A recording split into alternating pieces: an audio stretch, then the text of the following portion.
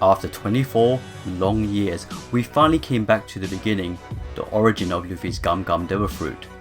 One Piece is 24 years old in July, and after all this time, we're finally going to find out the importance of this Devil Fruit. Almost a quarter of a century, how crazy is this? We remember starting One Piece all them years ago, and though we never really considered there was anything that important to the Gum Gum Fruit, it seems like it does have some importance after all. The Gum Gum Fruit itself isn't one of the strongest devil fruits in existence. In fact, it's pretty normal when compared to the crazy devil fruits that have been reviewed over the years. Even though it's not that great, it holds a special place in our hearts as it is the heroes of the story's power. But he's not really a hero, so he says. Since chapter 1, this was the first reveal of the devil fruit and our introduction into the story of One Piece, so it's pretty fitting that Oda is finally giving us a backstory for Luffy's power and why it's important. Now over the years, and I say this from experience myself, that we probably had the same idea, the same thought, the Gum Gum Fruit was Roger's devil fruit. Given as the story went on, and after all we started to learn even at the beginning, it seemed highly possible that given Luffy's goal to become the Pirate King, that he inherit the power of the former Pirate King himself, right? Something that even suggests just this is that Shanks, who was part of Roger's crew, was the one to obtain the Gum Gum Fruit and was pretty mad that Luffy ate it. However, over the years we had little to no knowledge of Roger even having their fruit powers, let alone the Gum Gum Fruit. A point we here on this channel have made time and time again is that Shanks refused Luffy to join his crew for the fact that Luffy cannot swim. Even before he ate the devil fruit, he couldn't swim. It goes even as far as Ben Beckman stating that pirates swim. It's even written in bold lettering to point out the importance of it. We believe that no one on Roger's crew had a devil fruit power, with the exception of Buggy, who ate his Chop Chop fruit well after joining, by mistake. Shanks more likely being inspired by the captain chose to run his own crew and ship in the same fashion, meaning that no one on his crew can be a devil fruit user because they cannot swim. With all this in mind, it suggests to us that Roger himself did not have a devil fruit and thus did not have the power of the Gum Gum Fruit. So if the big reveal isn't to do with Roger, then what? Why did Shanks steal the Gum Gum Fruit from the Marines?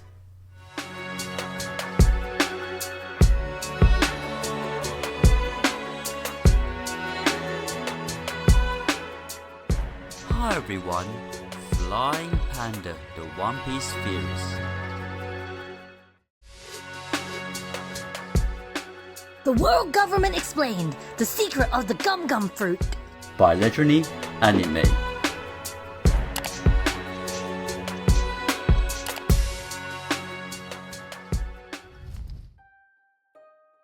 Up to this point, that only real suggestion on the idea could have been that red-haired pirate planned to steal the Gum Gum Fruit as their fruits fetch a high price, but given the events of chapter 1017, that may not have been the case.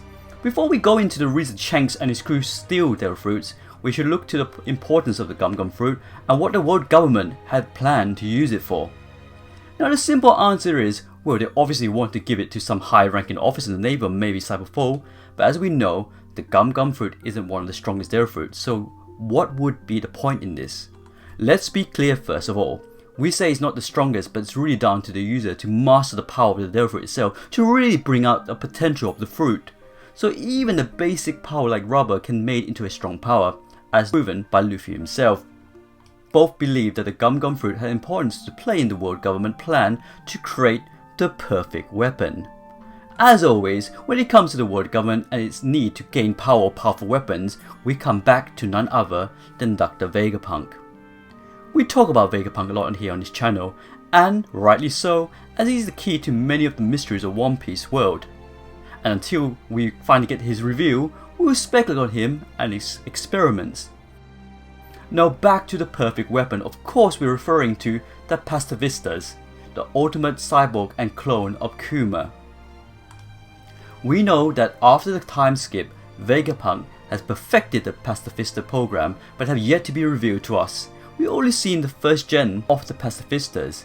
However, Vegapunk has been working on his experiment for a long time, in fact ever since he was a boy, as revealed by Frankie's side story when he was sent to Vegapunk's home island.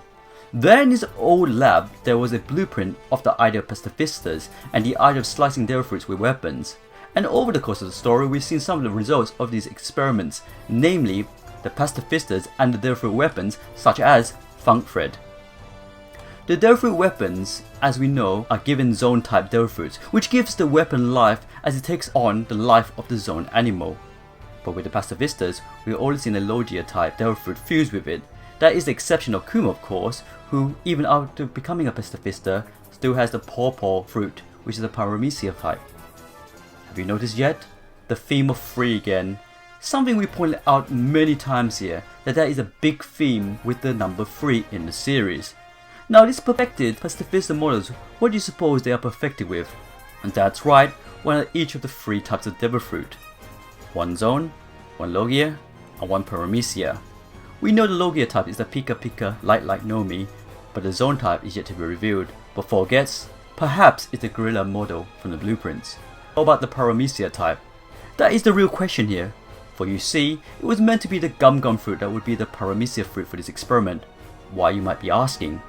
Even though the power rubber isn't one of the strongest powers, it is still quite a formidable power when used right. Rubber doesn't conduct electricity, which could be harmful to a body made of electronics, so a rubber fruit would be a huge advantage for the pacifistas. Rubber would also make for an ultimate defense in the design of the pacifistas. Try to imagine a body made of steel, solid but yet flexible, able to reflect blunt force trauma from itself but cannot be pierced by blade either. The advantage that Luffy has without the weakness of being cut. Let's just note that we are talking about your average sword user, not the likes of Mihawk, who would of course cut through steel no problem, rubber or not. There is also an added bonus to the power rubber, its stretchiness. We've seen the force that Luffy can wield with the power rubber. Now, what if that same power was used on a machine? Not just any machine, but one that is also part of one of the strongest beasts to live. As we suggest, it's possible the zone part of the pacifistas could be that of a gorilla, and I would think it's no surprise to anyone that a gorilla is very strong, so take that into account. How much power could a Gum Gum fruit power to produce the force from stretching create when aided with the great strength of the gorilla. And finally, the power to stretch also adds to the idea that it could also compete the gigantification process, meaning the pacifistas would be able to change size at will, creating artificial giants that can change size due to the power of the Gum Gum fruit. Much like our Gear 5th idea. So as it seems, from what we can tell from the last chapter, Vegapunk may have requested the world government to acquire the Gum Gum fruit for his experiments. Connections in the latest chapter are as follows. Queen mentioned that he's a cyborg, that he was part of the team with Judge, and as we know, Vegapunk too was part of that team. Then there's Who's Who was part of the CP9, and in CP9 was Funk Thread, the elephant sword created by Vegapunk, also aiding in experiments to fuse devil fruit with weapons. Now before we wrap this up, back to Shanks' reason for taking the Gum Gum fruit. It's possible that Shanks might have learned or was leaked information about devil fruit being used for this experiment, and he decided that he had to put a stop to it. It's possible that he even just did it for extra fame to increase his bounty. The first one seems more noble, and after all, Shanks has shown to be the peacekeeper of the story. All his actions suggest that he's trying to maintain a balance and stopping the process of the pacifistas, which could have meant an early stop to the golden age of piracy started by Roger. Perhaps Shanks' connection to Gorosei is because of the Gum Gum fruit. If he had learned of the plans for it, then he may have originally planned to dispose of the fruit so the world government could not acquire it. However, after Luffy ate the fruit, this complicates their plans, and with knowing that the world government would still want to attain the Gum Gum fruit for their own benefit, would likely have to kill Luffy in the purpose.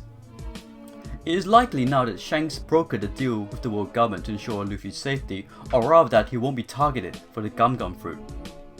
After all, if Shanks, who is a powerful individual himself, was to work for the world government in place of them seeking out the Gum Gum fruit, is somewhat of a fair exchange. This doesn't mean that Shanks turned traitor to pirates, but rather that he, like he said to Whitebeard, "I bet on it," on the new era. This would refer to his arm, but what if it wasn't just his arm? What if it was his own life that he betted on? Or to ensure that Luffy has a chance to grow and become who Shanks believes he will be. Lastly, the Gigantification experiment could have more merit to all this than what meets the eye. Given how Luffy uses the power of the rubber and is able to enlarge parts of his body, it could have been the solution Vegapunk had been looking for. As mentioned, rubber provides the extra benefit of giving the user to power to increase their size and revert back to their normal size.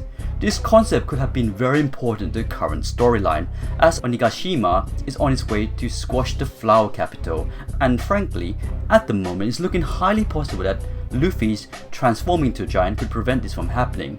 Also, seeing as he's currently not on Onigashima, and based on the Sun Wukong legend, Sun was buried underneath a mountain in the story. Hi all, legendary anime here. So yeah, we are fully aware that it was Lucky Roo who took the devil fruit and not Shanks. We say Shanks because Lucky Roo is part of his crew, and with no doubt was following his captain's orders to acquire the Gum Gum fruit. Just thought we'd point that out in case anyone wasn't aware. We'd know the information from the Viva card I would have made on Lucky Roo. Anyways, thanks for watching the video. Please leave comments down below what you thought. Please click like, and if you haven't, please subscribe to Flying Panda, and of course, join our Discord.